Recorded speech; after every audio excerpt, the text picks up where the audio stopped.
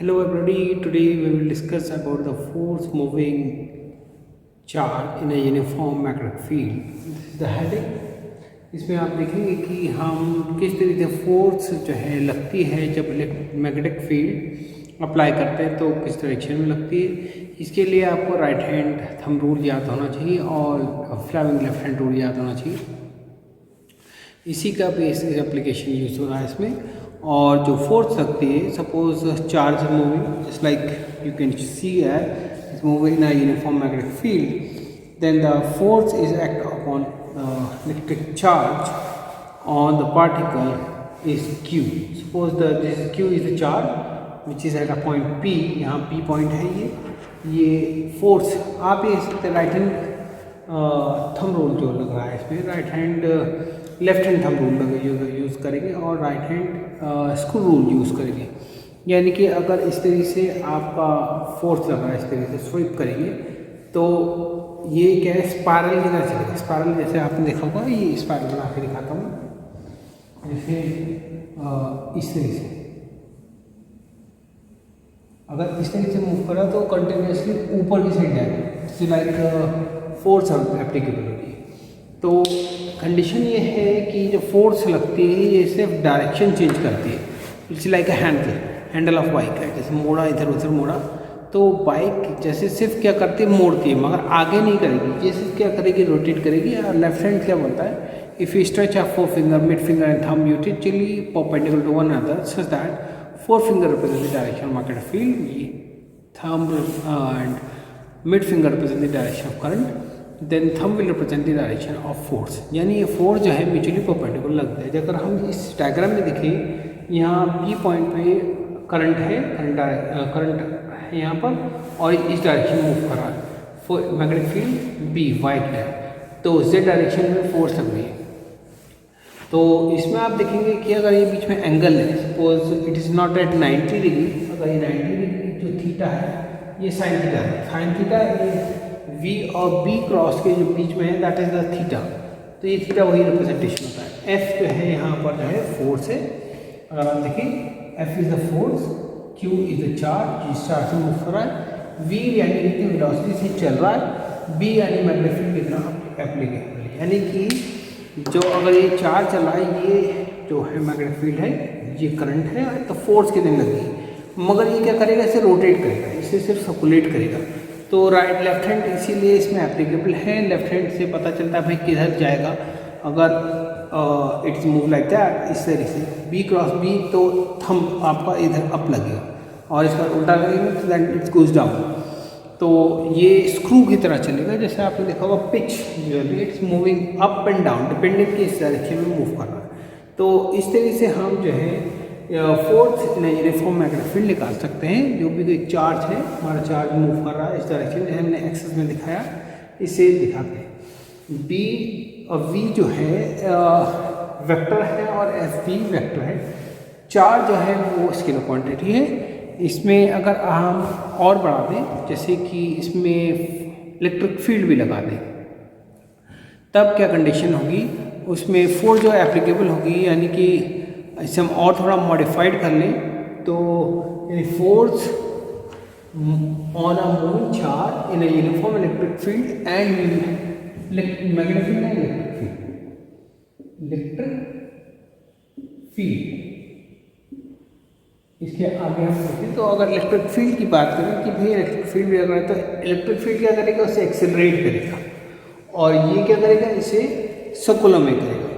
तो अगर हमें कोई डायमीटर बढ़ाना है, इस तरीके से है, डायमीटर इंक्रीज करना है, तो वही फोर्स लगानी पड़ेगी। That means given by F is equal to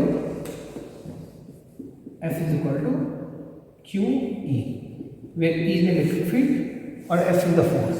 तो नेट टोटल फोर्स जब दोनों ही लगे तब क्या होगा, इसे मैं रब कर देता हूँ और बताता हूँ कि इसमें क्या ये एडिशन हो जाएगा, electric magnetic field plus electric field, that is QE। तब हमारा क्या कंडीशन आएगी। मगर अगर आप ये तो उस कंडीशन पे कि भाई हमने इंक्रीज करना है, अगर दोनों इक्वलेंट रखते हैं तब क्या कंडीशन आती है। व्हेन यहाँ हम पहले पढ़ रहे थे कि force on charge in a uniform magnetic field, मगर जब उसमें इलेक्ट्रिक फील्ड लगा देते हैं तब उसमें क्या चार्ज जाता है।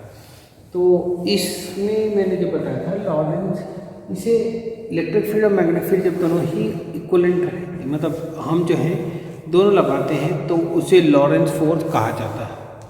इसे F जब ये पूरे कॉम्बिनेशन को हम लॉरेंस फोर्स कहते हैं, लॉरेंस फोर्स। ये इलेक्ट्रिक फील्ड का है, ये मैग्नेटिक फील्ड का है, तो कॉम्बिनेशन जब इलेक्ट्रिक फील्ड और मैग्नेटिक फील्ड लगे तो उसे लॉरेंस फोर्स कहा जाता है। लॉरेंस फोर्स में आप लगाने से पहले आपको ये बात मालूम होनी चाहिए कि इलेक्ट्रिक फील्ड जो है फास्ट मूविंग स्टेशनरी इलेक्ट्रॉन या किसी भी एप्लीकेबल होती है, मगर जो मैग्नेटिक फील्ड होता है वो सिर्फ स्लो मूविंग इलेक्ट्रॉन या चार्ज पे ही लगता है, फास्ट में नहीं लगता, ये आपको ध्यान रखना है।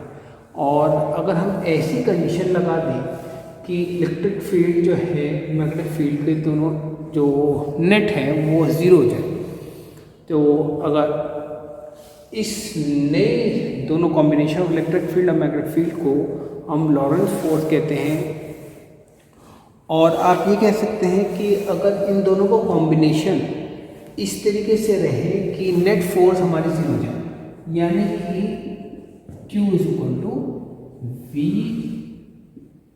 90 डिग्री, तो हम अगर V plus Q F, F is the force, net force, Q is the charge, V is the velocity, V is the magnetic field, E is the electric field। तो इलेक्ट्रिक फील्ड, तो net zero हो गया electric field, तो हमको इससे लेके जाएंगे, तो minus Q E Q V B, Q से क्यू कैंसिल, हम क्या कह सकते हैं, बी यानी इलेक्ट्रिक फील्ड को हमने उल्टा घुमा दिया तो इट्स नॉट डेविएटिंग, तो V is equal to V यानी हम अगर उल्टी डायरेक्शन में लें तो हम इसे ऐसे भी कह सकते हैं, if you are taking only the magnitude value, ये सिर्फ रिप्रेजेंटेशन दिखाएगा माइनस साइन की इधर इलेक्ट्रिक का मतलब वेलोसिटी इधर जा रही है इधर जा रही है, अगर जिस डायरेक्शन में उसका उल्टा कर देंगे तो पॉजिटिव वेलोसिटी, तो नेट वेलोसिटी हमारा हो जाएगा E/B। ये बहुत इम्पॉर्टेंट है और इसे हम साइक्लोट्रॉन में यूज़ करते हैं। तो ये आप ये भी कह सकते हैं, the Lorentz force occur when a beam of a charge particle passing through a region in which the electric and magnetic field are perpendicular to one another, both are perpendicular to one another, electric field and magnetic field. Obviously जैसे electric field यहीं पर से आपने field लगा दिया, यानी कि जब आप फील्ड लगा रहे हैं, ये लॉरेंस फोर्स इस तरीके से लगाई आपने, इस तरीके से मूवमेंट दिखाया और फोर्स यानी इलेक्ट्रॉन ऊपर जा रहा था, आप ऊपर से इलेक्ट्रिक फील्ड लगा दें, तो अगर लगा लें दोनों को इक्वलेंट कर दिया, so that the oriented the electric field QE on the particle is oppose the direction opposite to the magnetic force, this what I said, V cross B, यानी कि इलेक्ट्रिक फील्ड ऊपर जा रहा है, मैग्नेटिक फील्ड आपने magnetic field जो force है that mean ये फील्ड है, ये इलेक्ट्रिक करंट है और ये फोर्स है, फोर्स अगर यहाँ पर से आपने फोर्स उल्टी लगा दी तो ये रुक जाएगा और ये इस तरीके से करेंगे तो V जो है हमारा मूवमेंट है E/B आएगा, E is the electric field, B is the magnetic field. ये for the velocity of a charge particle which that will move undeflected, यानी कि जैसे अगर ये पार्टिकल है हमारा इस तरीके से मूव कर रहा था तो और मैग्नेटिक फील्ड ऐसे लगी तो ये ऐसे ऊपर जा रहा है, यहाँ से इलेक्ट्रिक फील्ड लगाएंगे तो ये ऑब्वियसली बीच में रुक जाएगा, ना तो ऊपर जाएगा ना नीचे जाएगा, इट इज रिमेन अनडेविएटेड। तो इस तरीके से हम इसे किसी चीज़ को अगर रोकना चाहें इलेक्ट्रिक फील्ड और मैग्नेटिक फील्ड को लगाने के लिए, तब हम इसे इस तरीके से यूज़ करते हैं। तो आज के लिए बस इतना ही, और जिन्होंने मेरा चैनल सब्सक्राइब नहीं किया है सब्सक्राइब करें, शेयर करें और लाइक करें, जिससे कि उन्हें मेरे आने वाले वीडियोस मिलते रहें और उनको जो है अच्छी नॉलेज फिज़िक्स की होती है। ये ज़्यादातर क्लिप मैं इसलिए बनाता हूँ कि जिनकी स्ट्रॉन्ग फिज़िक्स नहीं है, वीक फिज़िक्स हो गई, अच्छी बुक्स और अच्छे टीचर ना होने की वजह से उनकी फ़िज़िक्स वीक हो गई, मगर अगर वो कंटिन्यूसली फ़िज़िक्स के क्लिप्स देखते रहेंगे, मेरे क्लिप देखते रहेंगे, तो उनका स्ट्रॉन्ग फिज़िक्स जाएगा, जिससे आसानी से वो अपना फिज़िक्स से भी क्वेश्चन आराम से सॉल्व कर पाएंगे। आज के लिए इतना ही। Thank you.